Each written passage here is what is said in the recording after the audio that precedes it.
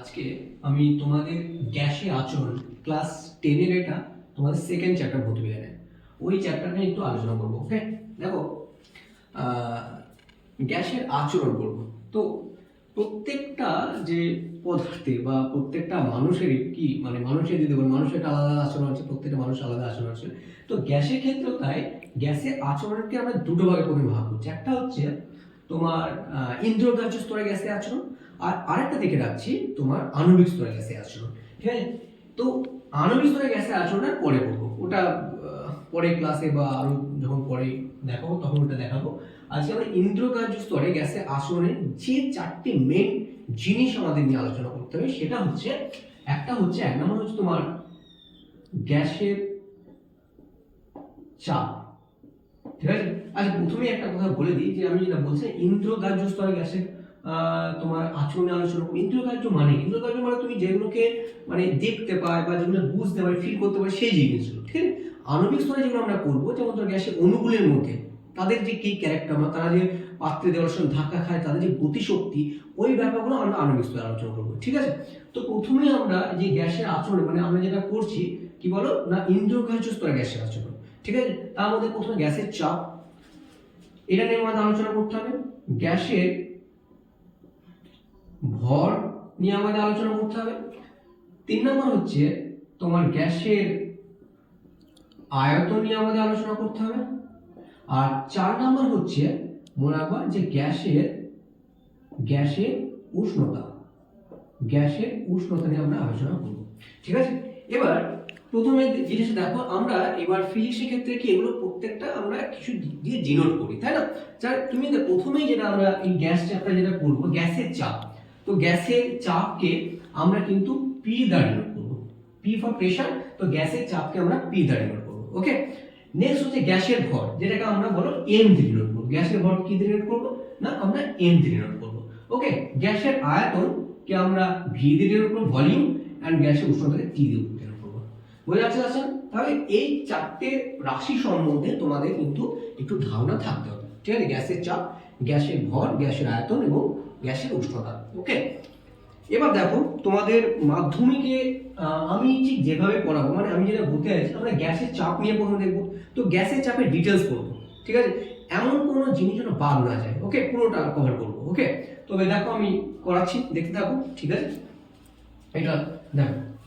তো প্রথমে আমরা গ্যাসের চাপ নিয়ে একটু দেখি, গ্যাসের চাপ ব্যাপারটা কি। আচ্ছা, তো আগে একটা কথা বলো, গ্যাসের চাপ পরে বলছি, আগে বলো যে চাপ মানে কি। ঠিক আছে, এটা আমরা ক্লাস 9-এ পড়েছি। চাপ মানে কিন্তু আমরা স্যার জানি, চাপ মানে হচ্ছে স্যার বল বাই ক্ষেত্রফল, হ্যাঁ কি না? দেখো ক্লাস 9-এ কিন্তু প্রথম চ্যাপ্টারে আমি তোমাদের কি করেছিলাম যে এগুলো অলরেডি লিখে দিয়েছিলাম, যে কোন রাশিটা মানে কি, চাপ মানে কি, হ্যাঁ তোমার আয়তন মানে কি, তারপর তোমার ঘনত্ব মানে কি, বাট ওইগুলো আমাদের অলরেডি জানা হয়ে গেছে। তাহলে আমরা গ্যাসের চাপ ওটা পরে আসছি।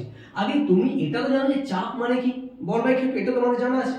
বেশ, তাহলে দেখো তোমাদের ফিজিক্সের সংজ্ঞা দেওয়ার নিয়ম আমি তোমাদের শিখিয়েছিলাম। হ্যাঁ, যে ফিজিক্সে আমাদের যে সংজ্ঞা সেগুলো দেওয়ার একটা নিয়ম আছে না? তো কি করতে হয় না, নিচে যে টার্মটা থাকে সেটাকে একক করতে হয়। ঠিক আছে, তাহলে আমাদের গ্যাসের চাপ দিয়ে বাদ দাও, যদি আমাদের শুধু এটা কোশ্চেন করে চাপ কাকে বলে, তাহলে আমরা কি বলবো না স্যার একক ক্ষেত্রফলে বলকে চাপ বলা হয়।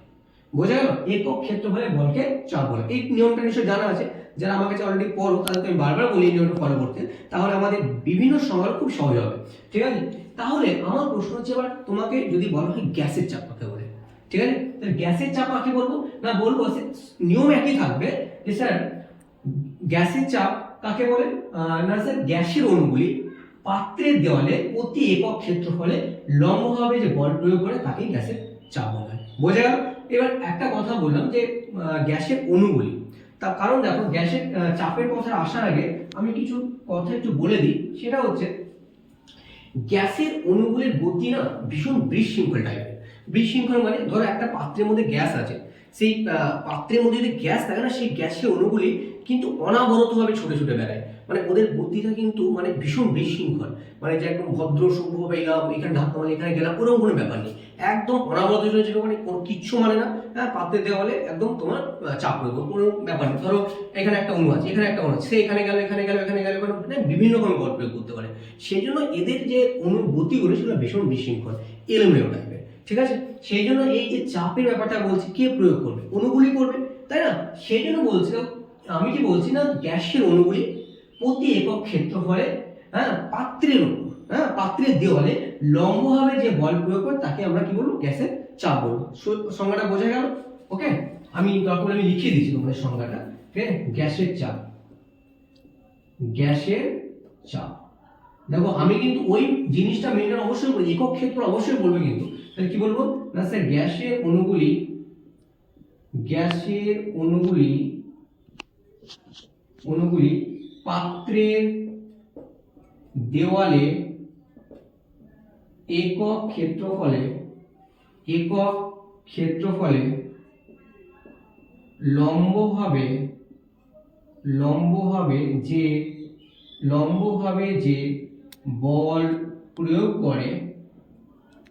লম্বভাবে যে বল প্রয়োগ করে তাকে গ্যাসের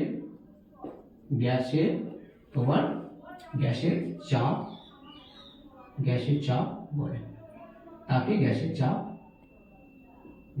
বলে। ঠিক আছে, তাহলে এটা আমাদের গ্যাসের চাপের সংজ্ঞা হয়ে গেল, যে গ্যাসের অণুগুলি পাত্রের দেওয়ালে প্রতি একক ক্ষেত্রফলে লম্বভাবে যে বল প্রয়োগ করে তাকে আমরা গ্যাসের চাপ বলবো। ঠিক আছে, এবার দেখো শুধুমাত্র এটা জানাতে চলবে না যে গ্যাসের চাপ কাকে বলে, এটা নয়। তাহলে গ্যাসের চাপ যখন, গ্যাসের চাপে একটা একক আছে, ঠিক আছে, তাহলে দেখো চাপের একক সঙ্গে করে দিই। আচ্ছা ধরো গ্যাসের চাপে যদি বলে সিজিএস একক কি? সিজিএস একক, গ্যাসের চাপে সিজিএস একক। তাহলে বলো বলের সিজিএস একক কি? ডাইন। তাহলে ডাইন পার ক্ষেত্রের সেমি একক বর্গ সেমি, তাহলে ডাইন পার বর্গ সেমি। ঠিক আছে, তাহলে গ্যাসের চাপের সিজিএস একক হচ্ছে ডাইন পার বর্গ সেমি। আর এসআই একক হচ্ছে তোমার নিউটন পার বর্গ মিটার, নিউটন পার বর্গ মিটার। ঠিক আছে, এর আরেকটা নাম আছে যেটাকে আমরা বলছি পাস্কেল,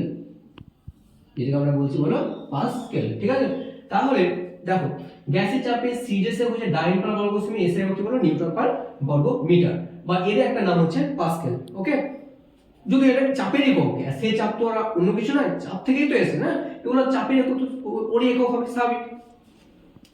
এবার আরেকটা কোশ্চেন কিন্তু এখানটা আমাদের দেয়, কি জানো তো, যে বলে যে গ্যাসের চাপে সিজিএস ও এসআই এককের মধ্যে সম্পর্কটা কি? ঠিক আছে, চলো ওটা আমরা দেখি। ঠিক আছে, গ্যাসের চাপে সিজিএস ও এসআই এককের মধ্যে আমরা সম্পর্কটা একটু দেখব। তাহলে একটা জিনিস দেখো, যে তোমার তোমার নিউটন পার বর্গ মিটার, 1 নিউটন পার বর্গ মিটার মানে কি না স্যার, আচ্ছা এটা কাজ করি, তোমার এসআই একক কি? নিউটন পার বর্গ মিটার বলো তো, নিউটন পার বর্গ মিটার। তো নিউটন পার বর্গ মিটার মানে কি লিখতে পারি? উপরে স্যার 1 নিউটন পার 1 বর্গ মিটার, 1 নিউটন পার 1 বর্গ মিটার। তাহলে দেখো 1 নিউটন মানে কত?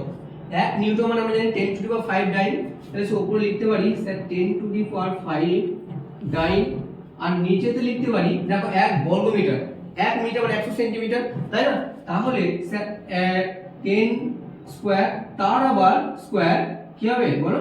বর্গ সেমি, তার মানে আমরা লিখতে পারি সে উপর 10 টু দি পাওয়ার 5 বাই কত? 10 টু দি পাওয়ার 4, দেখো ডাইন পার বর্গ সেমি, তাই না? তার মানে এটাকে যদি একটু ক্যালকুলেশন করো, 10 ডাইন পার কি বর্গ সেমি, এটা কিন্তু পরীক্ষা দিতে পারে। ঠিক আছে, যে বলতে পারে যে তোমার গ্যাসের চাপে সিজিএস ও এসআই এর মধ্যে সম্পর্কটা কি? তাহলে মনে রাখবা 1 নিউটন পার বর্গ মিটার মানে 10 ডাইন পার বর্গ সেমি। ওকে, বেশ, তাহলে আর কি থাকলো না, গ্যাসের চাপ কাকে বলে দেখলাম, গ্যাসের চাপে সিজিএস একক কি, এসআই এককে দেখলাম, গ্যাসের সিজিএস এসআই এককের মধ্যে আমাদের যে রিলেশন সেটা দেখলাম। আরেকটা জিনিস তোমাদের মাথার মধ্যে রাখো, যেগুলো তোমরা জানো, গ্যাসের চাপ এটা কোন যন্ত্র হয়?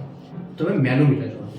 কিভাবে বলো? ম্যানোমিটার, ম্যানোমিটার যন্ত্রে। তাহলে গ্যাসের চাপ কোন যন্ত্রে মাপা হয়?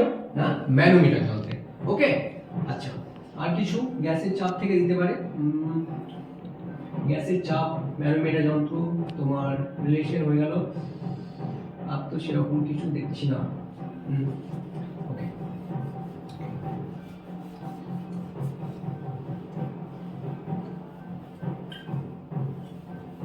আচ্ছা দেখো, তো গ্যাসের চাপ তো মোটামুটি হয়ে গেল আমাদের।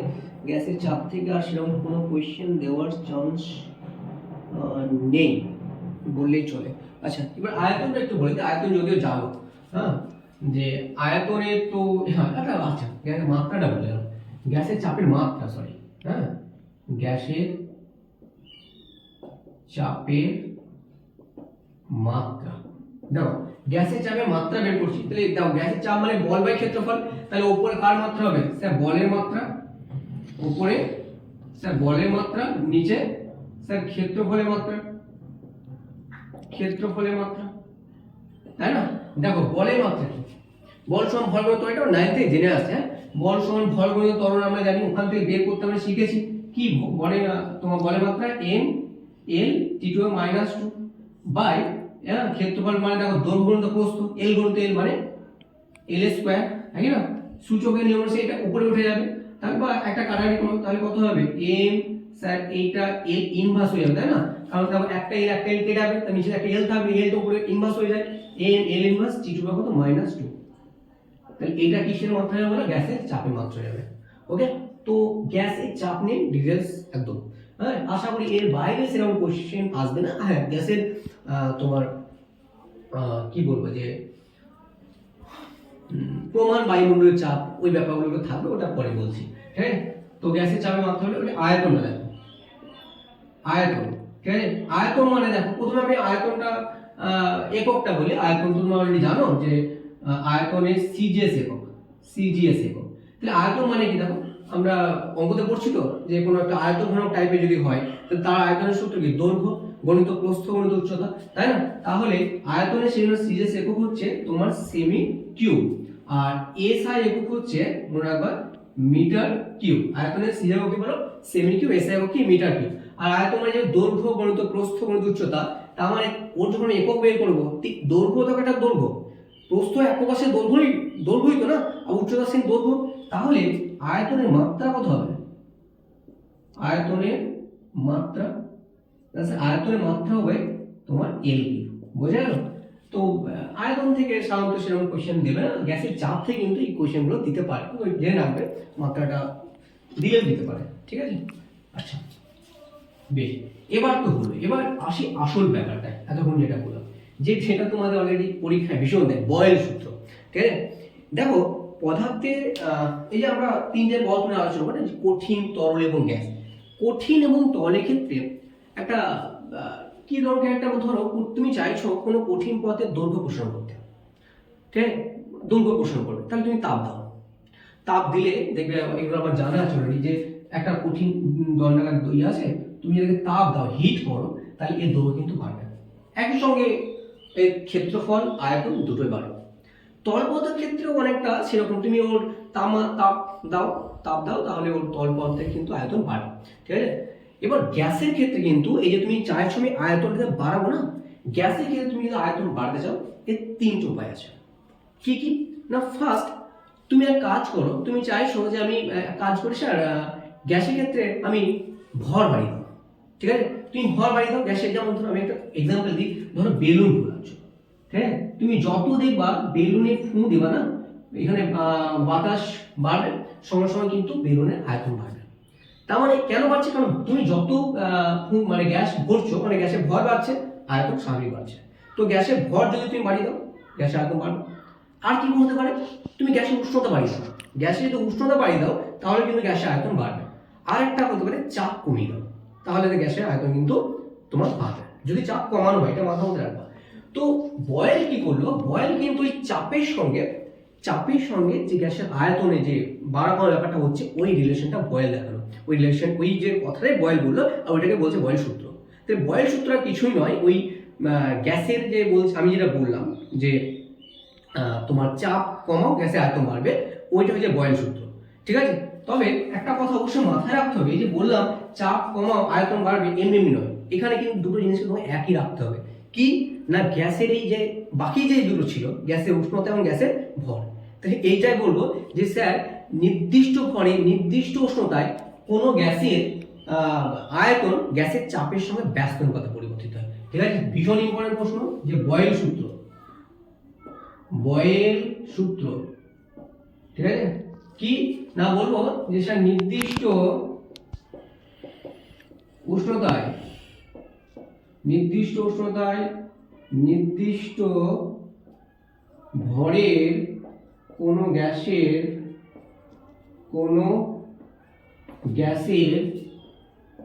আয়তন গ্যাসের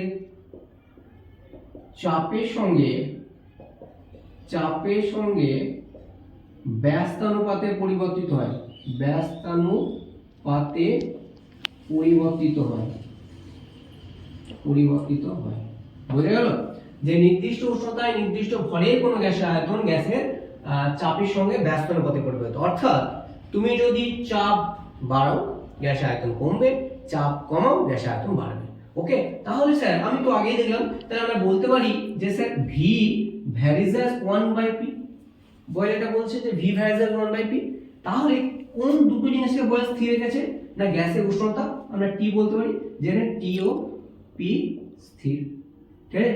তাহলে ধ্রুবক ভ্যারিজা তুলতে গেলে একটা ধ্রুবক লাগে, তাহলে এটা আমি বললাম স্যার ভি সমান তাহলে কত হবে, কে/পি, যেখানে কে হচ্ছে একটা সমানুপাতিক ধ্রুবক, অশূন্য ধ্রুবক বলবা, ঠিক আছে। তার মানে স্যার পিভি সমান কি, পিভি সমান কি হলো বলো, কি এইটাই হচ্ছে বয়েল সূত্রের গাণিতিক রূপ, ঠিক আছে।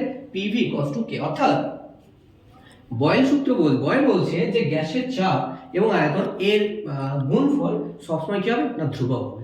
বোঝা গেল, গ্যাসের চাপ এবং আয়তন এর গুণফল সবসময় ধ্রুবক হবে। অর্থাৎ তুমি এটাও লিখতে পারো যে P1 V1 সমান P2 V2, মানে গ্যাসের প্রাথমিক চাপ প্রাথমিক আয়তনের গুণফল ধ্রুবক হবে, গ্যাসের অন্তিম চাপ অন্তিম আয়তন অন্তিম চাপ এবং অন্তিম আয়তনের গুণফল কি হবে, ধ্রুবক হবে। এটা কিন্তু চলবে, এটাই তোমার বয়েল সূত্রের গাণিতিক রূপ, এবং এখান থেকে আমাদের পরীক্ষায় অঙ্ক দেয় করতে, ঠিক আছে। তাহলে এটা হচ্ছে বয়েল সূত্র, এবং বয়েল সূত্রের গাণিতিক রূপ আমরা দেখে নিলাম, ঠিক আছে। পরীক্ষা ভীষণ দেয়, হ্যাঁ মনে রাখবে, হ্যাঁ ভীষণ দেয়, মানে প্রত্যেক বছর, মানে অল্টারনেটিভ বছর বা আসতে পারে, এবছর এলে পরের বছর তো আসে না, তারপর বছর আসে, এরকম ভাবে কিন্তু আসে। ওকে, বেশ, এখান থেকে কিছু কিছু কোয়েশ্চেন তোমার বয়েল সূত্রে হয়। কি কোয়েশ্চেন? প্রথমেই যেমন ধরো, প্রথমেই কোয়েশ্চেন হতে পারে যে বয়েল সূত্রের ধ্রুবক রাশি দুটো কি কি, ঠিক আছে। ধ্রুবক রাশি মানে মনে রাখবা যেই দুটো জিনিস বয়েল তার সূত্র বলার সময় স্থির রেখেছে, মানে একই রেখেছে, কোনো পরিবর্তন করেনি। দেখো নির্দিষ্ট উষ্ণতায় নির্দিষ্ট ভর, তাই না? তার মানে আমরা বলবো বয়েল সূত্রের ধ্রুবক রাশি কি কি, আছে দুটি। কি কি না, গ্যাসের ভর এবং গ্যাসের উষ্ণতা। বোঝা গেল? এটাও ভীষণ দেয়, কারণ পরীক্ষাতে ধর একটা এমসিকিউ দিয়ে দেয়, এমসিকিউ টাইপে দিল যে নিচের কোনটি বয়েল সূত্রের ধ্রুবক রাশি। কি দিতে পারে? প্রথমে অপশন এ দিল যে শুধুমাত্র গ্যাসের ভর, শুধুমাত্র গ্যাসের উষ্ণতা, গ্যাসের ভর ও গ্যাসের উষ্ণতা কোনটি নয়। তাহলে উত্তর হবে কিন্তু দুটোই, গ্যাসের ভর এবং গ্যাসের উষ্ণতা। ওকে, বেশ। এবার আর দুটো কোয়েশ্চেন কিন্তু এখান থেকে ভীষণ দেয়, টেকনিক্যাল কোয়েশ্চেন আসতে পারে। যেমন একটা কোয়েশ্চেন হচ্ছে, ধর আমি বলি, এটা মুছে দিই,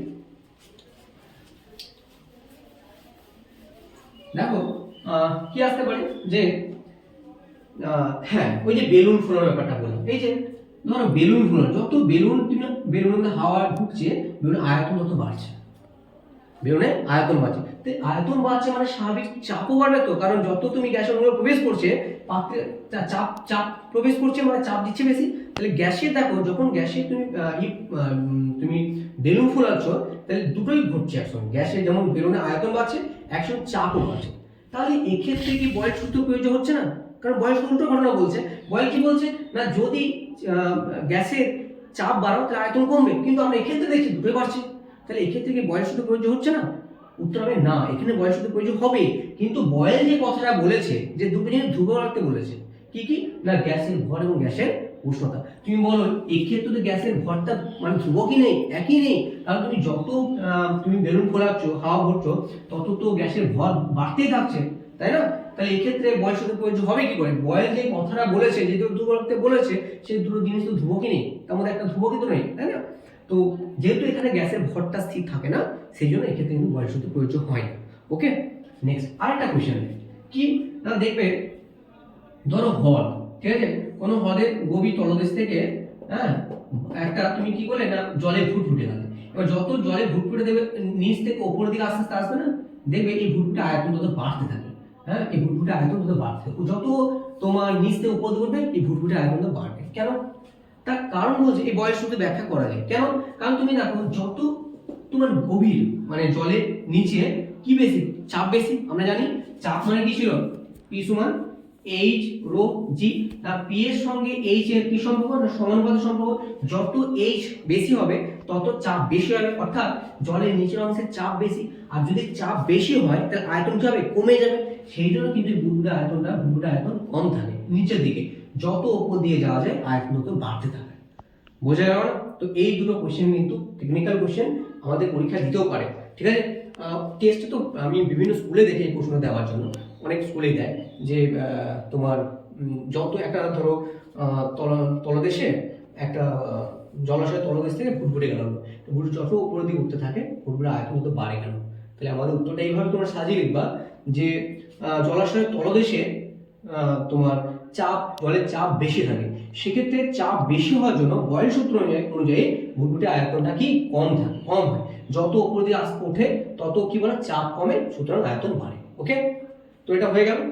আরেকটা জিনিস যেটা ম্যাক্সিমাম স্টুডেন্টের খুবই সমস্যা হয় আমি দেখেছি, যে লেখচিত্র। কারণ লেখচিত্রের ব্যাপারটা কিন্তু দেয়।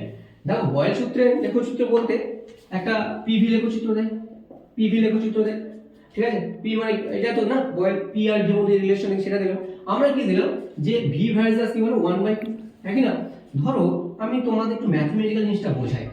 দেখো ভি ভ্যালু আমি এদিকে তোমার পি নিচ্ছি, ধরো এদিকে পি নিলাম আর এদিকে ধরো ভি নিলাম, এইদিকটা ধরো ভি নিলাম।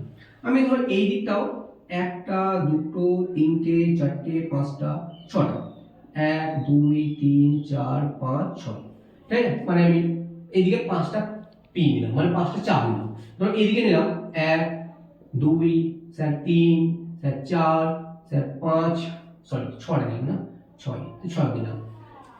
দেখো ভি ভ্যালু 1/p মানে কি, এদের মধ্যে কি সম্পর্ক, ব্যস্ত সম্পর্ক। তো ব্যস্ত সম্পর্ক মানে স্যার যেখানে পি সবথেকে বেশি সেখানে ভি সবথেকে কম।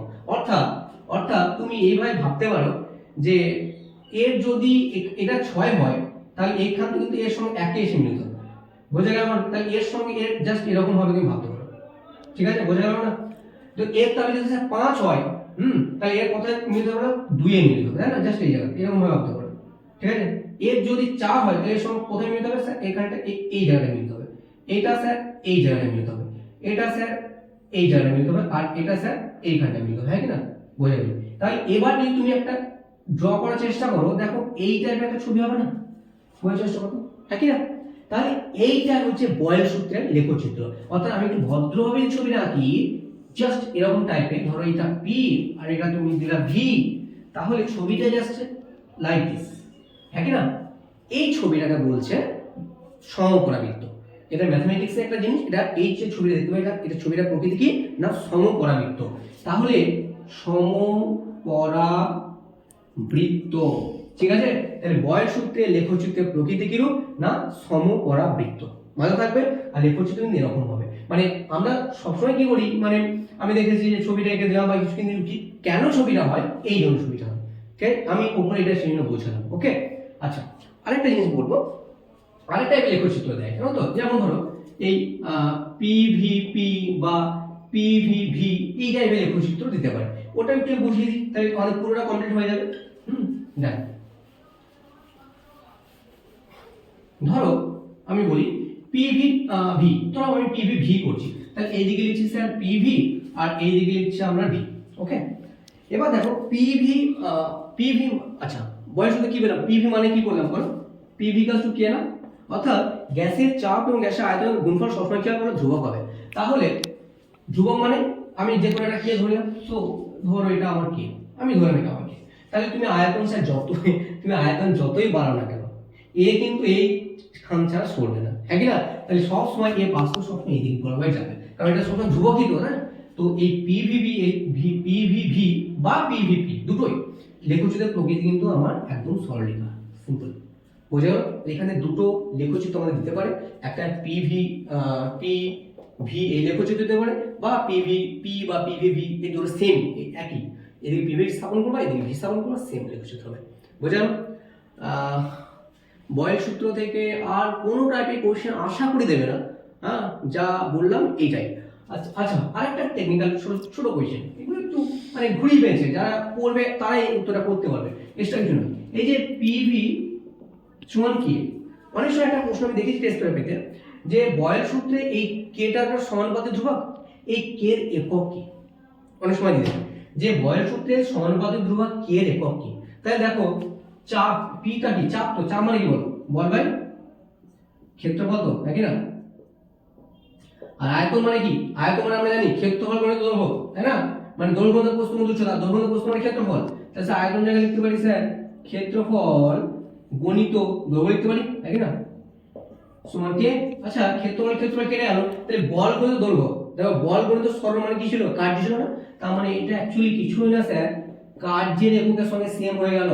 তাহলে বয়েল সূত্রে যে সমানুপাতিক ধ্রুবক, তার একক বলো মাত্রা বলো সব কার্যের মাত্রার সঙ্গে সেম, অর্থাৎ সিজিএস যদি তুমি একক ভাবো, সিজিএস একক, তাহলে কার্যের সিজিএস একক কি 8, এস একক কি জুল, তাহলে সিজিএস এস একক এই সমানুপাতিক ধ্রুবকের একক হবে আর একক জুল। ওকে ওকে, এর বাইরে কোশ্চেন আসবে না, এটা একটু আমরা দেখে নিই। ওকে।